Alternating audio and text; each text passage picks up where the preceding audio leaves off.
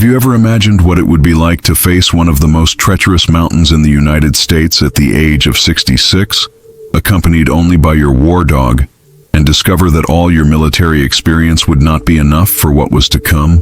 My name is Frank Morrison, a Vietnam War veteran, and for 40 years I believed I knew every secret to survival. I was living peacefully in Denver, Colorado, when I made the decision that nearly cost me my life, and that of my faithful companion, Rex, a German shepherd who served with me on 3 overseas tours. It was a cold January morning when I looked out my window and saw the snow-capped Rocky Mountains. Something inside me, perhaps the pride of someone who has survived Vietnamese jungles and Middle Eastern deserts, whispered, "Frank, you're 66 years old and you can still prove yourself unbeatable." Have you ever felt that voice of stubbornness speaking louder than prudence? I should have listened to my wife when she said I was getting too old for these extreme survival challenges. But no, Rex and I embarked on a journey that would become the greatest test of our lives. Mount Evans, one of Colorado's most unpredictable mountains, with its 14,000-foot elevation and temperatures that can plummet to 30 degrees C without warning. The plan was simple: 72 hours of survival with minimal equipment, just like in the old Army days. What you're about to discover may surprise you about how nature humbles even the most experienced. Rex, who had detected explosives in Afghanistan and saved me from ambushes in Iraq, was at my side, confident as ever. His 8 years of military training and sharp instincts were my guarantee of safety. Or so I thought. I carried only a backpack with basic supplies, 2 days' worth of water, and the arrogance of 4 decades of dealing with extreme situations. Stay with me until the end, because what happened in the next 72 hours completely changed my view on survival, age, and the limits we insist on testing. The climb began under a deceptive winter sun. Rex ran ahead, checking the terrain as he did on battlefields, while I felt invincible breathing the thin mountain air. The first few hours were exactly as I'd expected: calm, controlled, predictable. I set up our base camp in a small, sheltered clearing, confident that it would be just another success story to tell my grandchildren. But the mountain had other plans for us. Have you ever had a moment where you realized you completely underestimated a situation? When the wind began to howl and the first gusts of snow cut our faces like icy blades, I realized I'd made the biggest strategic mistake of my life.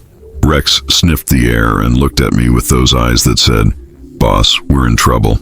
And it was just the beginning of an experience that would test every fiber of our endurance, question every certainty I had about survival, and teach me that at 66, there are still brutal lessons waiting to be learned. The temperature dropped from 5 degrees to 18 degrees in a matter of minutes. Rex began to shiver, something I'd never seen in all our years together. His paws, accustomed to arid desert terrain, were unprepared for the snow rapidly accumulating around us. Have you ever had to make a decision that you knew could cost the life of the person you loved most? It was at that moment that I realized the magnitude of my mistake. It wasn't just about me anymore. It was about Rex, my faithful companion who had blindly trusted my leadership. The wind cut through our exposed skin like icy razors, and for the first time in decades, I felt the real taste of fear in my mouth. Not the controlled fear of the battlefield, but the primal terror of someone who realizes they've completely underestimated their opponent. You know, before I continue this story, I need to tell you something. If you're watching this right now, it's probably because, like me, you feel that flame of adventure burning inside you. Maybe you've already experienced moments where you had to test your limits, or maybe you're preparing for your own survival challenge. If this topic resonates with you, leave a comment below with the biggest challenge you've ever faced, or tell me if you've ever underestimated a situation that seems simple. Your participation here is what makes this channel grow and reach more people who, like us, believe that life is made up of intense experiences and unique learning experiences. Every like you give this video helps the algorithm showcase these real survival stories to other adventurers like you. And if you want to continue following these extreme journeys, subscribe to the channel and activate the bell, because every week I share experiences that could literally save your life one day. Returning to that frozen mountain, with Rex shivering beside me, and the reality of the situation finally hitting my stubborn veteran's head, I needed to act fast. The first rule of survival I learned in the military was assess, adapt, act. But at 66, with arthritis in my knees and a war dog who depended entirely on me, This triad took on an urgency I hadn't felt in decades. The makeshift shelter I'd built was being ripped apart by winds reaching 50 mph, 80 km/h. Rex huddled against me, seeking the warmth of my body, and it was at that moment I understood. We were no longer the invincible soldier and his war dog. We were just an elderly man and his faithful companion, fighting a force of nature that respected no military rank or years of experience. My full name is Franklin James Morrison, but everyone who knows me calls me Frank. I was born in a small town called Pueblo in southern Colorado in 1958. My father was a welder in a steel mill, and my mother worked as a nurse at the local hospital. From an early age, I grew up hearing stories about the Rocky Mountains and the men who braved the Colorado wilderness. But my true education in survival began when I turned 18 and enlisted in the United States Army. It was 1976 when I first set foot at Fort Benning, Georgia, for basic training. At that time, the Vietnam War had only been over for a year, but the Army still carried the brutal lessons learned in the jungles of Southeast Asia. The instructors were hardened veterans who had no patience for spoiled recruits. They taught us that in the wilderness, your age, your background, or your beliefs don't matter. Only your ability to adapt and survive matters. During my specialized training at Fort Bragg, North Carolina, I met my first military dog. He was a German Shepherd named Duke, trained to detect booby traps and explosives. Duke was only 2 years old, but he possessed an intelligence and loyalty that impressed me from day one. Learning to work with him taught me that the partnership between man and dog in extreme situations goes far beyond basic training. It's a connection that can mean the difference between life and death. My first real mission was in the late 1970s, on a classified operation in Central America. I can't go into specific details, but I can say that Duke saved my life at least 3 times during those 6 months. He detected an ambush that our electronics couldn't identify. He found buried explosives that would have killed our entire unit. And on one occasion, when I was wounded and unconscious for nearly 20 hours, Duke remained by my side, defending my position until rescue arrived. When Duke died at 8 years old from complications from a combat injury, I cried for the first time since childhood. I promised myself I would always have a military dog by my side. Over the years, I worked with 5 different dogs: Duke, Charlie, Bravo, Alpha, and finally Rex. Each of them taught me something different about loyalty, survival instincts, and the importance of trusting your partner completely. Rex came into my life in 2018, when I was already 60 years old and officially retired from active duty. He was only 6 months old when I received him, but he came from an exceptional line of military dogs. His father had served with the Special Forces in Afghanistan, and his mother was renowned for detecting more explosives than any other dog on the base where she served. Rex inherited not only his parents' keen intelligence, but also their unwavering loyalty and extraordinary survival instincts. Rex's training was intensive and lasted 2 full years.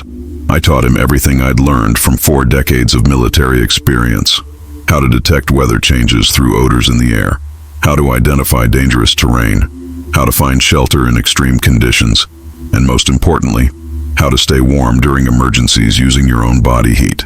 Rex learned to carry specialized equipment in a special backpack, including a first aid kit, emergency flares, and even a small communication radio. In the years leading up to our Mount Evans experience, Rex and I had completed over 50 survival challenges together. We spent weeks in California's Mojave Desert, braving temperatures that reached 50 degrees Celsius during the day and plummeted to near zero at night. We survived in Louisiana swamps, where humidity and insects made every breath a struggle. We climbed mountains in Alaska, where we tested our endurance against winds of over 100 kilometers per hour and temperatures that dipped to minus 40 degrees Celsius. Each of these experiences reinforced my confidence in our partnership. Rex never let me down. His ability to detect danger before I even perceived any threat was impressive. On one occasion, in the Arizona desert, he began barking and tugging on my sleeve insistently in the early morning hours. Initially, I thought it was just some wild animal in the area, but Rex remained agitated until I followed him. 50 meters from our campsite, we found a giant rattlesnake that had coiled itself right where I planned to hike that morning. On another occasion, during a thunderstorm in Montana, Rex detected that my body temperature was dropping dangerously. He positioned himself against me in a specific way he'd learned during training, creating a heat barrier that kept me warm throughout the night. When I woke the next morning, I found the temperature had reached minus 25 degrees Celsius, much lower than the forecast had predicted. These experiences created a trust between us that went far beyond the normal human-dog relationship. We became a truly integrated team. I could interpret every movement, every sound, every change in Rex's behavior. Likewise, he learned to read my signals, my moods, my physical needs, and even my thoughts in many situations. But I confess that this history of success instilled in me an excessive amount of confidence. At 66, with an impeccable survival record and a partner who had never failed me, I began to believe we were invincible. I forgot one of the most important lessons I learned in the Army. Nature respects no experience, age, or track record of victories. It tests each person uniquely and mercilessly, and can humble even the most prepared in a matter of minutes. During the months leading up to our Mount Evans adventure, several veteran friends warned me that I was getting too old to continue such extreme challenges. My wife of 38 years, Martha, constantly expressed concern. She said I was trying to prove something that didn't need to be proven, that my reputation as a survivalist was already more than established. Martha knew my military background and survival skills better than anyone. She had accompanied me on dozens of less risky adventures over the years. She knew I wasn't a reckless or irresponsible adventurer, but she also sensed that I was developing a psychological need to continue proving my competence, even as my body was already showing clear signs of aging. At 66, I was still in reasonable physical condition. I walked 4 miles every morning, did resistance training 3 times a week, and followed a strict diet developed during my military service. My blood pressure was under control, my heart was functioning perfectly, and all medical tests indicated I was in excellent health for my age. But there were subtle signs I preferred to ignore. My recovery from intense exercise took longer. My tolerance to cold had decreased slightly, and I occasionally experienced joint pain that hadn't existed in my 40s or 50s. Rex was also aging, albeit less noticeably. At 8 years old, he was still at the peak of his physical and mental capabilities. Large dogs like German Shepherds typically live between 10 and 13 years, so Rex theoretically still had several years of active life ahead of him. His agility, strength, and instincts remained sharp, but I should have considered that even a perfectly trained dog in excellent physical condition has limitations when exposed to extreme conditions for prolonged periods. The decision to tackle Mount Evans in the dead of the Colorado winter was made almost impulsively. It was a January morning when I woke up, looked out the window of our Denver home, and saw the mountain covered in fresh snow. The sun shone deceptively, creating the impression that it would be a perfect day for an adventure. I checked the weather forecast, which predicted minimum temperatures of just minus 8 degrees Celsius and moderate winds of up to 30 kilometers per hour. Mount Evans is one of Colorado's most famous mountains, at 14,000 feet, 4,348 meters. During the summer, a paved road allows tourists to drive almost to the summit. But during the winter, the mountain transforms into a completely different and much more dangerous environment. Winds can reach speeds exceeding 93 mph, 150 kilometers per hour. Without warning, temperatures can plummet to minus 30 degrees Celsius, minus 30 degrees Celsius, and snowstorms can appear in a matter of minutes, creating zero visibility. I knew all these risks theoretically. I had studied Mount Evans for years, read detailed weather reports, and talked to other experienced climbers about the mountain's specific winter challenges. But theoretical knowledge is very different from practical experience, and my overconfidence caused me to completely underestimate the difference between knowing about something and actually facing that situation in real life. My preparation for the 72-hour challenge was based on previous successful experiences. I carried a 25-kilogram backpack with gear I considered essential. A military-grade sleeping bag rated for temperatures down to minus 15 degrees Celsius, an ultra-compact 2-person tent, a portable stove with 3 days fuel, enough water for 48 hours. I planned to melt snow to supplement, high-calorie freeze-dried food, a complete first aid kit, emergency flares, a communication radio, extra clothing, and Rex-specific gear including paw pads and a thermal blanket. In retrospect, I realized my gear selection was based on experiences on other mountains, other climates, and other seasons. I didn't adequately consider the specific characteristics of Mount Evans during winter. I didn't pack shoveling gear suitable for deep snow. I didn't include extra protection against extreme winds. I drastically underestimated the amount of fuel needed to stay warm in temperatures well below the expected level. And most importantly, I didn't have a backup plan for situations where radio communication failed. Rex seemed eager and excited as we began preparing for the adventure. He always showed enthusiasm when he saw his gear being packed. His special backpack, paw pads, collar with identification and GPS, all of this signaled to him that another adventure was coming. He ran around the house, barked softly with excitement, and positioned himself near the door, ready to go. Observing Rex's behavior at that moment, I can confirm that he showed no signs of apprehension or danger seeking. This gave me even more confidence in the decision to proceed with the plan. Rex had warned me of dangers on numerous previous occasions. If he wasn't showing concern, I interpreted this as confirmation that the adventure would be another controlled and successful experience. Martha's goodbye was more difficult than usual. She hugged me longer, asked more questions about my safety plan, double-checked that I had all my communication equipment working.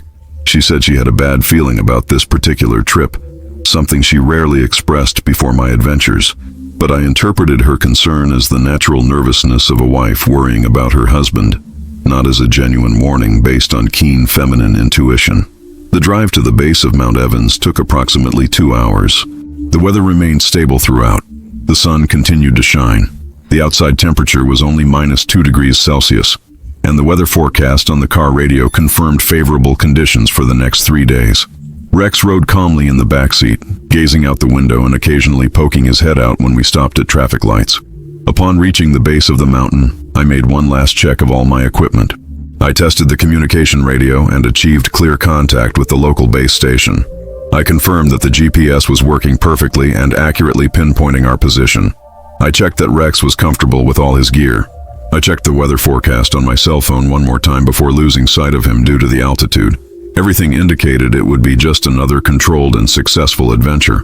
I was about to discover that even 40 years of military experience and 50 successfully completed survival challenges guarantee nothing when nature decides to unleash all its power and unpredictability. The plan I devised for our 72-hour challenge on Mount Evans seemed absolutely perfect in every way. For weeks, I studied detailed topographic maps of the region, analyzed historical weather data from the past 10 years for that particular time of winter, and consulted reports from other climbers who had tackled the mountain in similar conditions. Every detail was carefully planned to maximize our chances of success, while keeping the risks to levels I considered acceptable for my experience and age. The route I chose began at the southern base of the mountain, following a well-trodden trail that winds through dense pine and fir forests for the first 3 kilometers.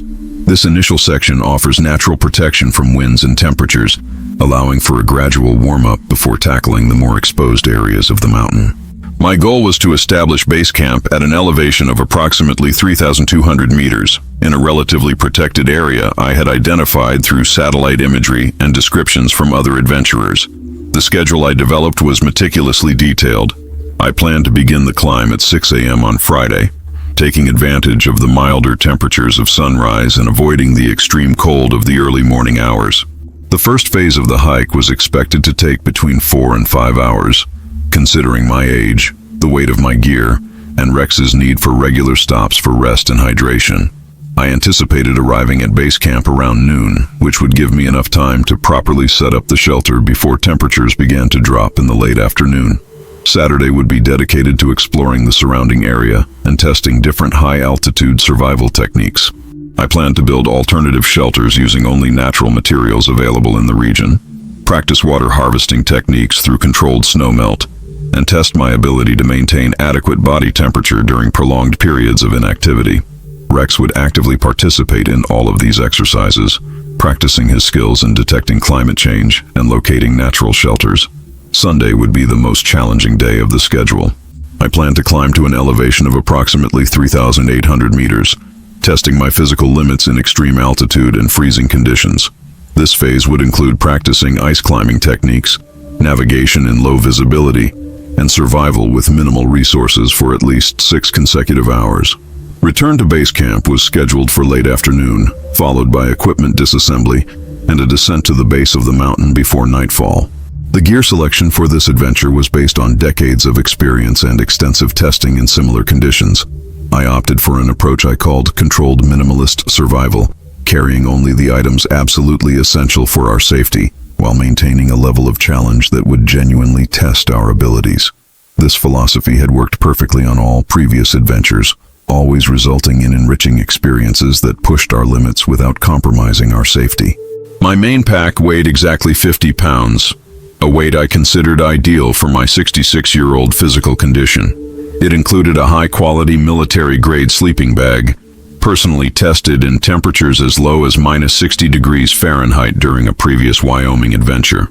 The tent I chose was an ultra-compact model designed specifically for extreme mountaineering, with a capacity of 2 people and proven wind resistance of up to 75 miles per hour. The heating system consisted of a high-efficiency portable butane stove, accompanied by 3 fuel cartridges that, based on my previous experience, would be enough to cook all my meals and provide supplemental heating for up to 4 days. I also brought a windproof lighter, waterproof matches, and materials for starting fires using primitive methods, including flint and dry tinder. The diet was carefully planned to provide maximum nutrition and energy with minimal weight. I selected high-quality freeze-dried foods, each providing at least 800 calories per serving and weighing less than 150 grams. I also included military-grade energy bars, dried fruits, nuts, and vitamin supplements specifically for high-altitude activities. For Rex, I included his usual high-energy ration, plus supplements that would support his digestion and metabolism under extreme stress. The hydration system included 3 liters of drinking water in thermal containers that would maintain the proper temperature for up to 24 hours. My plan was to supplement this reserve by melting clean snow using purification techniques I'd perfected over the years. I brought purification tablets as a backup, as well as a portable high-efficiency filter capable of processing up to 5 liters per hour. Communication and navigation equipment was my main safety net. The radio I chose had a range of up to 50 kilometers in open terrain and worked perfectly in extreme temperatures. The GPS system was a military-grade model with accuracy of less than 3 meters and a battery life of up to 72 hours of continuous use. As a backup, I also carried a traditional compass, topographic maps printed on waterproof material, and a battery-free analog altimeter. The first aid kit was expanded specifically for this adventure, including high-altitude medication, pain relievers for joint pain, anti-inflammatories for potential muscle injuries, and basic wound care supplies. For Rex, I included specific veterinary medications, paw pads in case we encountered particularly rough terrain, and a thermal blanket specially designed for military dogs. Rex's specific equipment was selected with the same care I dedicated to my own supplies. His backpack weighed only 4.5 kilograms, ergonomically distributed so as not to interfere with his natural mobility. It included his first aid kit, emergency flares he had been trained to activate independently, a small amount of emergency water and food, and even a mini radio that could be activated if we were separated for any reason. The weather forecast I consulted from multiple sources indicated ideal conditions for our adventure. The minimum temperature was predicted to be -8 degrees Celsius, with maximum temperatures reaching +2 degrees Celsius during the hottest hours of the day. Winds would be moderate, ranging from 15 to 35 kilometers per hour, with no extreme gusts expected. The chance of precipitation was less than 20% throughout the weekend, and there were no weather warnings in effect for the region. These conditions were virtually identical to those I'd faced during previous adventures in Colorado, Montana, and Wyoming. Based on these experiences, I knew exactly what kind of clothing to wear, how to distribute layers throughout the day, and what precautions to take to keep Rex comfortable and safe. My confidence was bolstered by the fact that we'd faced similar or even more severe conditions on at least 15 previous occasions. The layering system I'd developed over the years worked perfectly for this type of temperature and activity. The base layer consisted of thermal underwear made of merino wool, a material that maintains its insulating properties even when wet. The mid-layer included a high-density military fleece and a compact down jacket that could be removed or added as conditions changed. The outer layer was a waterproof jacket and pants with adequate breathability for intense physical activity. To protect my extremities, which are always the most vulnerable areas in cold conditions, I brought multiple glove options, from lightweight models for activities requiring manual dexterity to highly insulated gloves for periods of inactivity. My feet would be protected by military boots designed specifically for Arctic conditions, personally tested in temperatures as low as -25 degrees Celsius. Selecting the location for our base camp was the result of weeks of detailed study. I identified a relatively flat area, protected by natural rock formations from the region's prevailing winds, with access to clean snow for melting, and sufficiently far from obvious hazards such as avalanches or rockfall. The 3,200-meter elevation would offer a significant challenge without being extremely dangerous for someone my age. This particular site had been used by other climbers on previous occasions, as I confirmed through online reports and conversations with members of Colorado mountaineering clubs. The descriptions indicated that it was tent-friendly, offered some natural weather protection, and had been successfully tested in weather conditions similar to those we expected to encounter. My emergency contingency plan was well structured and had been tested during simulations on previous adventures. If we encountered significantly worse than expected weather conditions, our first option would be to immediately descend to a lower, more sheltered elevation. If this wasn't possible due to a storm or low visibility, we had enough supplies to remain at camp for up to 5 days while we waited for conditions to improve. Communication procedures included regular radio contact with Martha every 12 hours, beginning at 8 in the morning and 8 at night. If she didn't receive communication for more than 24 consecutive hours, I instructed her to immediately contact local rescue services. I also established a check-in schedule with 2 veteran friends who knew my plan in detail and could provide accurate information to rescue teams if needed. Rex had undergone specific physical conditioning during the 6 weeks leading up to the adventure. I gradually increased the length and intensity of our daily walks, including climbs at lower elevations in the Denver area to acclimate to the altitude. His diet was adjusted to maximize energy and endurance, including supplements that military veterinarians had recommended for dogs working in extreme conditions.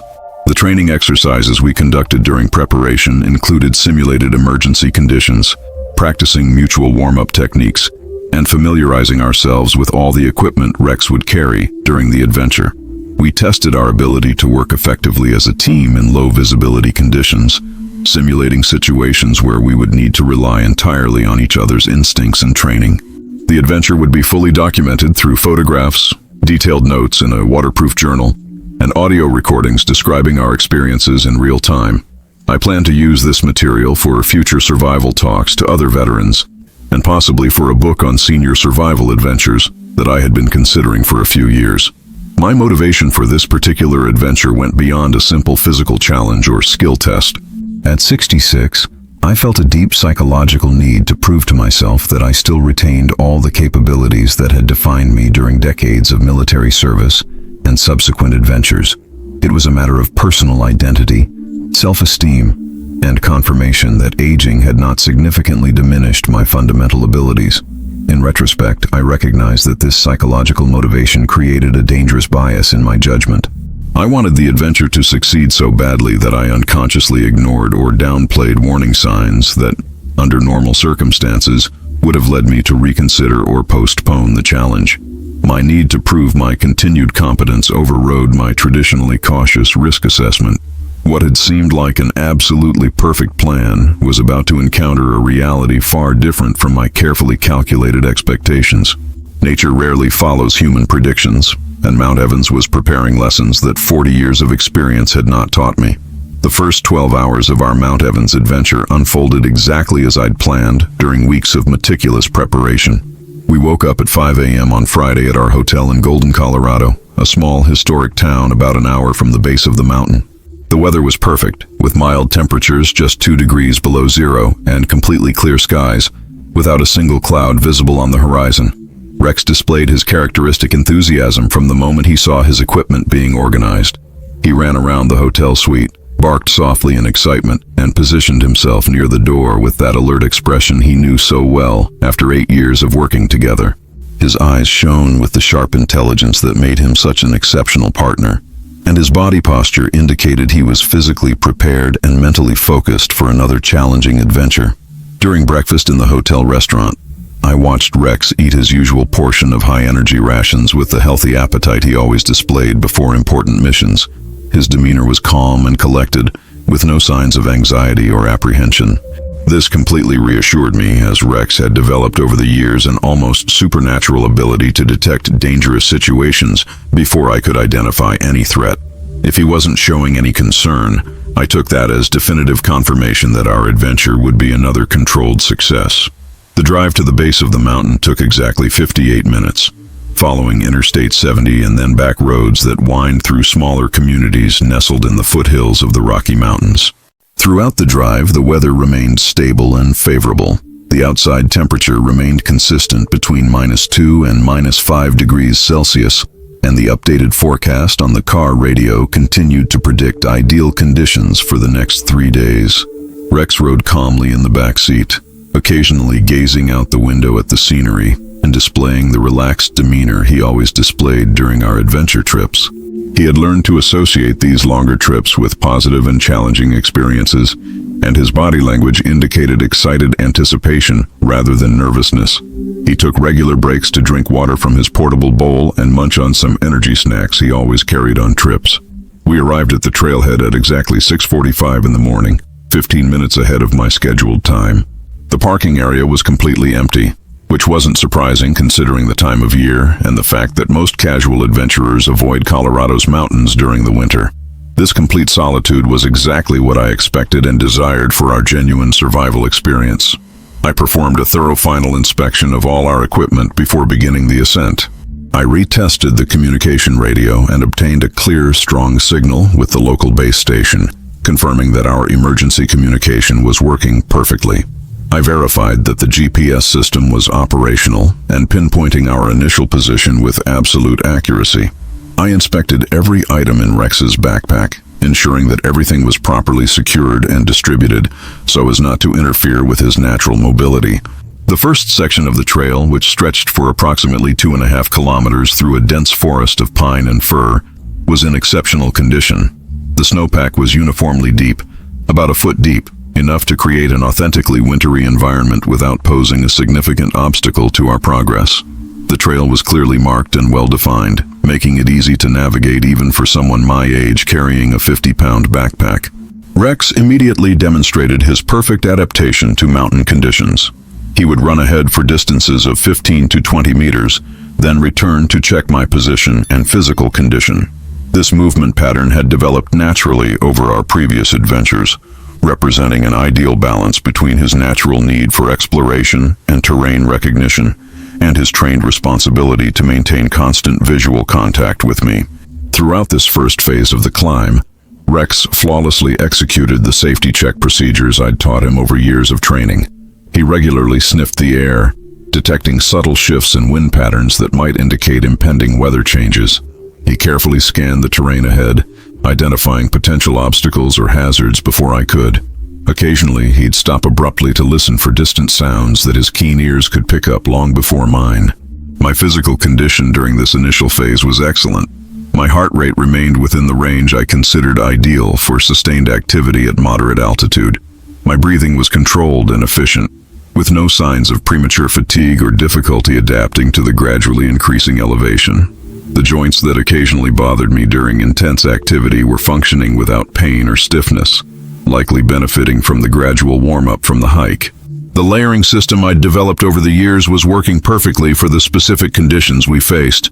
I began the climb wearing only my thermal base layer and a light fleece jacket, keeping the heavier outer layers tucked into my pack. As my body warmed from the exercise, I removed the fleece jacket and tied it around my waist, adjusting my body temperature precisely and comfortably. Rex was also demonstrating perfect adaptation to the weather conditions. His paws, protected by special boots designed for military dogs, showed no signs of discomfort or difficulty walking in the snow. His thick winter coat was providing adequate insulation, and his breathing remained regular and controlled even during the steepest sections of the trail. We made our first scheduled stop after 2 hours and 15 minutes of hiking at a small natural clearing that offered panoramic views of the surrounding mountains. The landscape was spectacular, with snow-capped peaks stretching as far as the eye could see, creating a stunningly beautiful scene that fully justified our decision to undertake this particular challenge during the most challenging season of the year. During this 20-minute stop, I performed a thorough check of our physical condition and equipment. My body temperature was ideal, with no signs of overheating or overcooling. My hydration was adequate as confirmed by the light color of my urine and the absence of thirst. Rex was also hydrated and comfortable, drinking a normal amount of water and demonstrating a healthy appetite when I offered him some energy snacks. The weather remained stable and favorable throughout the morning. The temperature remained consistently between -5 and -2 degrees Celsius, exactly as predicted by the meteorological consultations I had conducted in the previous days. Wind was virtually absent, with only occasional breezes of less than 10 kilometers per hour. Visibility was perfect, allowing for precise visual navigation and clear identification of important landmarks. We resumed our ascent at 9:40 a.m., entering the second phase of the trail, which gradually became steeper and more challenging. This section required greater physical effort and more refined technique to maintain adequate traction in the snow, but my experience on similar mountains allowed me to automatically adjust my pace and hiking technique to the specific conditions. Rex continued to demonstrate complete confidence and behavior, consistent with all our previous successful adventures. He maintained his characteristic energy, explored the environment with healthy curiosity, and responded immediately to all my verbal and gestural commands. His overall attitude was one of controlled enthusiasm, exactly the mental and emotional state I expected from such an experienced and well-trained companion. During the third phase of the ascent, which took us through partially exposed rocky terrain where the snow was shallower due to the winds, I had the opportunity to observe the weather conditions in the region in more detail. The sky remained completely clear, with no clouds visible in any direction. The atmospheric pressure, as indicated by the altimeter I carried, was stable and within normal parameters for that elevation. Every weather forecast I consulted during the weeks of preparation was coming true with impressive accuracy. Temperatures were exactly within the predicted range, winds were even calmer than expected, and there were no signs of imminent climate change. This consistency between forecasts and reality reinforced my confidence that I had adequately planned for all relevant variables. We arrived at our selected base campsite at exactly 11:35 in the morning, 25 minutes ahead of my original schedule.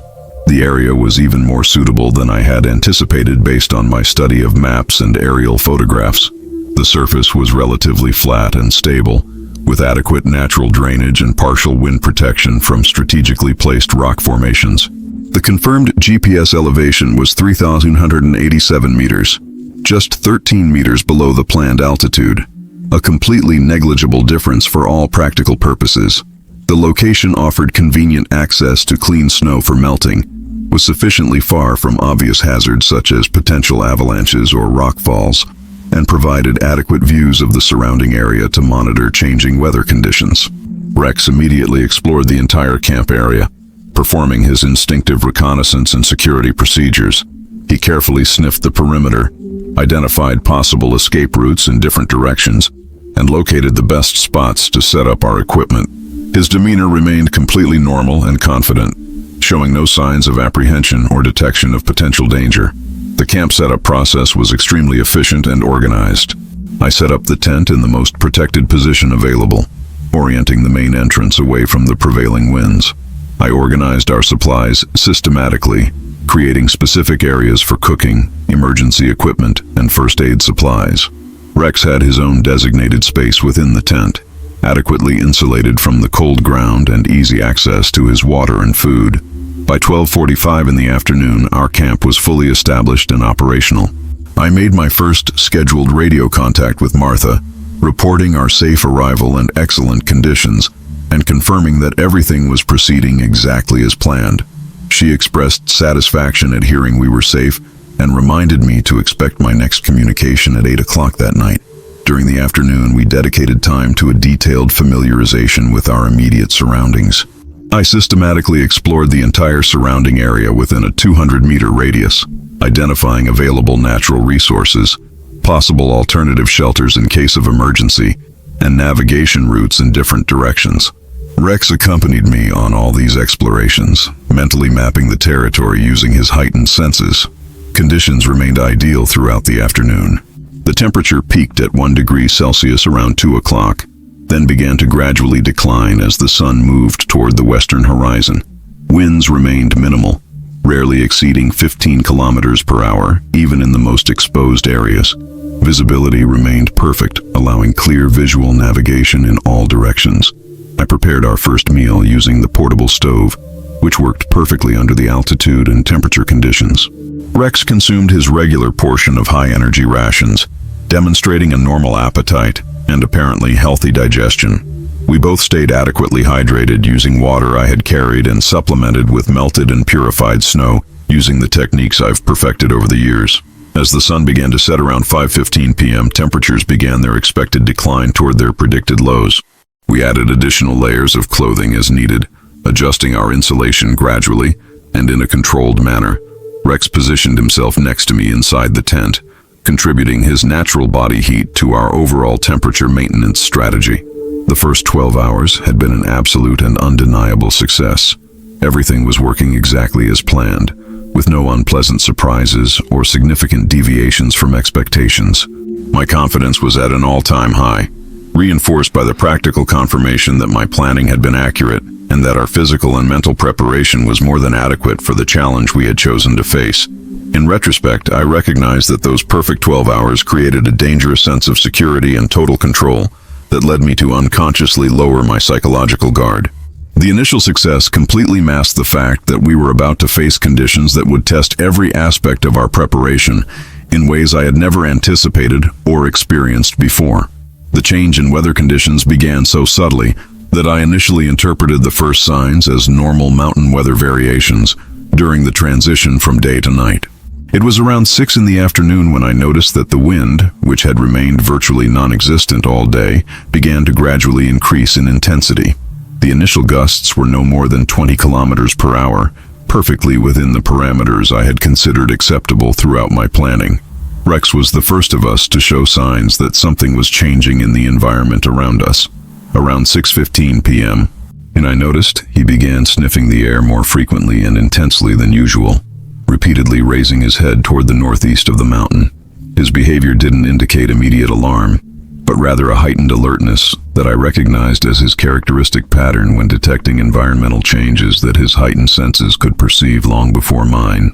I initially attributed Rex's change in behavior to the natural approach of night and the temperature fluctuations that often occur in mountain environments during this transition. During our previous adventures, he often demonstrated increased vigilance during the first hours after sunset, when the region's natural predators become more active and wind patterns shift due to differential cooling of air masses. The temperature began to decline more rapidly than the forecast had indicated. At 6:30 in the evening, my digital thermometer already read -8 degrees Celsius, while the consultations I'd made in the previous days suggested that this temperature wouldn't be reached until around 9 or 10 o'clock in the evening.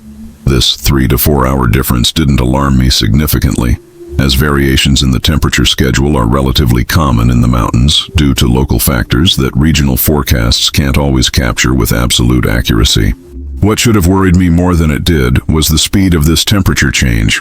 In a matter of just 45 minutes, the temperature had dropped 12 degrees Celsius, going from 1 degree above zero to -8 degrees below zero. This rate of thermal decline was significantly faster than anything I had experienced during my previous adventures in the mountains of Colorado, Montana, or Wyoming. Rex began displaying behavior that I initially interpreted as a normal reaction to the increasing cold, but which I now recognize in retrospect as his first signs of genuine apprehension about our situation. He positioned himself closer to me than he usually did during our nighttime activities, consistently remaining less than 6 feet away regardless of what I was doing. This increased proximity was his instinctive method of ensuring we could react quickly as a team if an emergency situation developed. By 7 o'clock that night, the wind had increased to consistent gusts of 40 to 50 kilometers per hour. Still not alarming in itself, but representing a substantial change from the relatively calm conditions we had enjoyed all day. The wind pattern had also changed from occasional, variable breezes to more constant, directional gusts, coming predominantly from the northeast. The sound of the wind began to change in a way that should have alerted me to the growing severity of the situation. Instead of the intermittent, relatively gentle gusts that characterize normal mountain conditions, the wind was taking on a higher-pitched, constant tone that I had previously only experienced in genuinely dangerous weather situations. It was a sound reminiscent of the distant howl that precedes severe storms. but I initially tried to convince myself that it was simply the natural echo of the wind through the rock formations in the area. Rex was clearly hearing and interpreting these sound changes differently than I was. His ears remained constantly erect and alert, often rotating in the direction of the most intense sounds.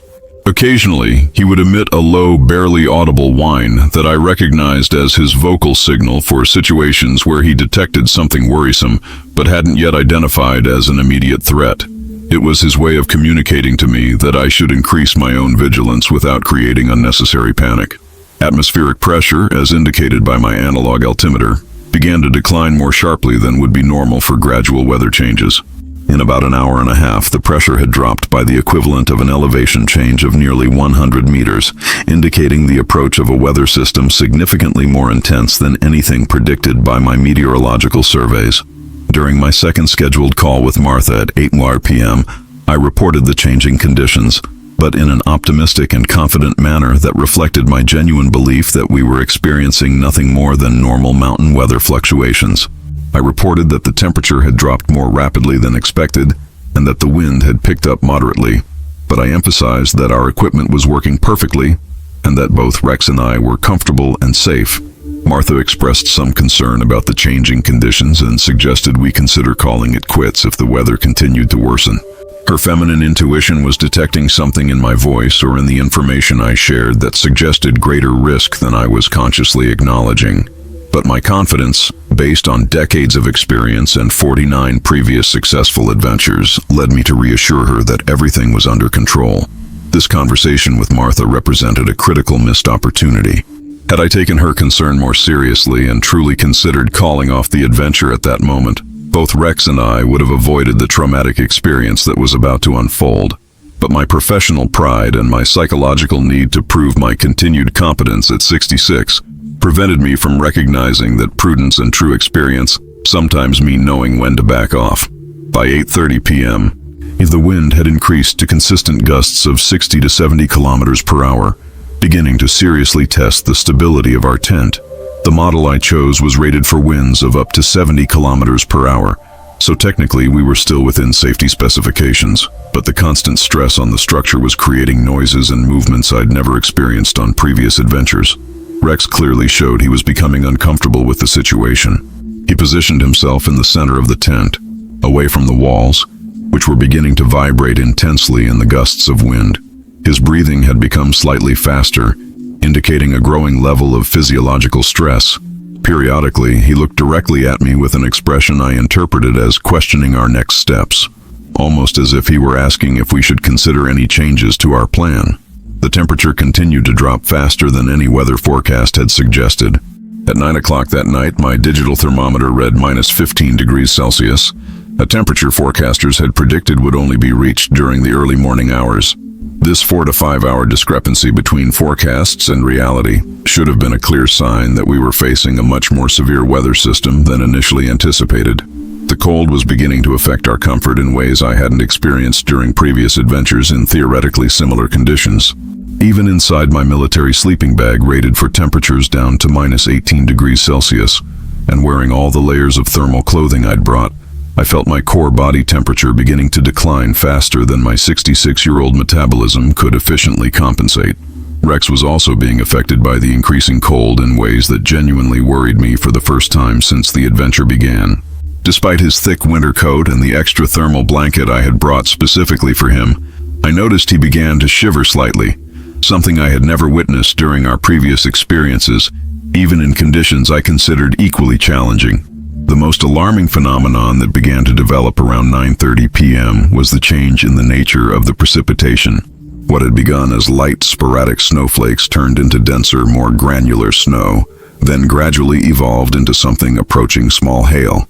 This change in the consistency of the precipitation indicated much more violent atmospheric conditions at higher altitudes, suggesting that we were on the periphery of a storm significantly more severe than anything forecast. The snow accumulation was occurring much more rapidly than I had anticipated based on the weather forecast. In just 2 hours, the snow depth around our tent had increased from approximately 1 foot to over 2 feet, and it continued to grow at a rate of approximately 2 inches per hour. This rate of accumulation suggested we could face significantly greater snow depths than our equipment and plans were prepared to handle. Visibility had been drastically reduced due to the combination of the night's natural darkness, heavy precipitation, and winds that created constant swirls of snow. Even using a high-powered flashlight, I could only see clearly 2 or 3 meters beyond the tent. This limited visibility posed a significant safety risk if we needed to evacuate our position for any reason. By 10 o'clock that night, I reluctantly began to accept that we were facing substantially more severe conditions than anything I had anticipated during my planning. The combination of much lower than expected temperatures, significantly stronger winds, heavier precipitation, and a much faster snow accumulation rate indicated that we were on the periphery of a genuinely dangerous winter storm. Rex was showing clear signs of increasing stress that I could no longer attribute simply to temporary discomfort. He had stopped exploring any area of the tent, preferring to remain constantly pressed against me to share body heat. His breathing was visibly rapid, and he periodically shivered in a way that indicated his thermal regulation system was being challenged beyond its normal adaptive capacity. The realization that we were in a potentially dangerous situation dawned on me gradually but inexorably. Through decades of military experience and survival adventures, I had developed confidence in my ability to accurately assess and manage risk. But at 66 years old, facing conditions that significantly exceeded my expectations, I had to confront the possibility that my judgment had been flawed and that both Rex and I were now in real danger. Nature was demonstrating its ability to humble even the most seasoned, regardless of age, preparation, or track record. Mount Evans was preparing to teach us lessons about survival that 4 decades of experience had not fully prepared me for. The temperature plummeted to minus 22 degrees Celsius overnight, a condition that significantly exceeded the rated capabilities of my military sleeping bag. Even wearing all the layers of thermal clothing I had brought, including merino wool underwear, high-density fleece, a compact down jacket, and waterproof outer layers, I felt my core body temperature begin to decline alarmingly for the first time in decades of extreme adventures. Rex was suffering even more visibly from the brutal conditions. Despite his thick winter coat and the military-grade thermal blanket I had purchased specifically for him, I noticed he had begun to shiver constantly and intensely. His tremors weren't occasional or light, as I had noticed in the early hours of the climate change, but rather deep, continuous tremors that indicated his thermal regulation system was being severely challenged. The most critical decision I made during these hours was to allow Rex to fully share my sleeping bag. This wasn't a situation we'd practiced extensively during our training, but his desperate need for additional warmth overrode any consideration of normal protocol. Rex positioned himself against my chest and abdomen, creating a mutual heat source that literally saved our lives during the coldest hours of the early morning. The wind had intensified to consistent gusts of 50 to 60 miles per hour, with occasional peaks that seemed to exceed 60 miles per hour. Our tent, rated for winds of up to 70 miles per hour, was being tested to the limit of its specifications. The constant stress on the structure created terrifying sounds that seemed to indicate that at any moment our primary protection could catastrophically fail. During the early hours of Saturday morning, I had to make the agonizing decision to use our emergency fuel for supplemental heating instead of reserving it exclusively for food preparation and melting snow for water. The portable stove worked intermittently due to the extreme conditions, but I managed to generate enough additional heat to prevent both Rex and I from entering dangerous stages of hypothermia. Managing our limited resources became a cruel mathematical equation between immediate survival and long-term sustainability. Every decision about using fuel, consuming high-energy foods, or accessing emergency equipment had to be weighed against the possibility that the storm would last significantly longer than our ability to wait for rescue or improved conditions.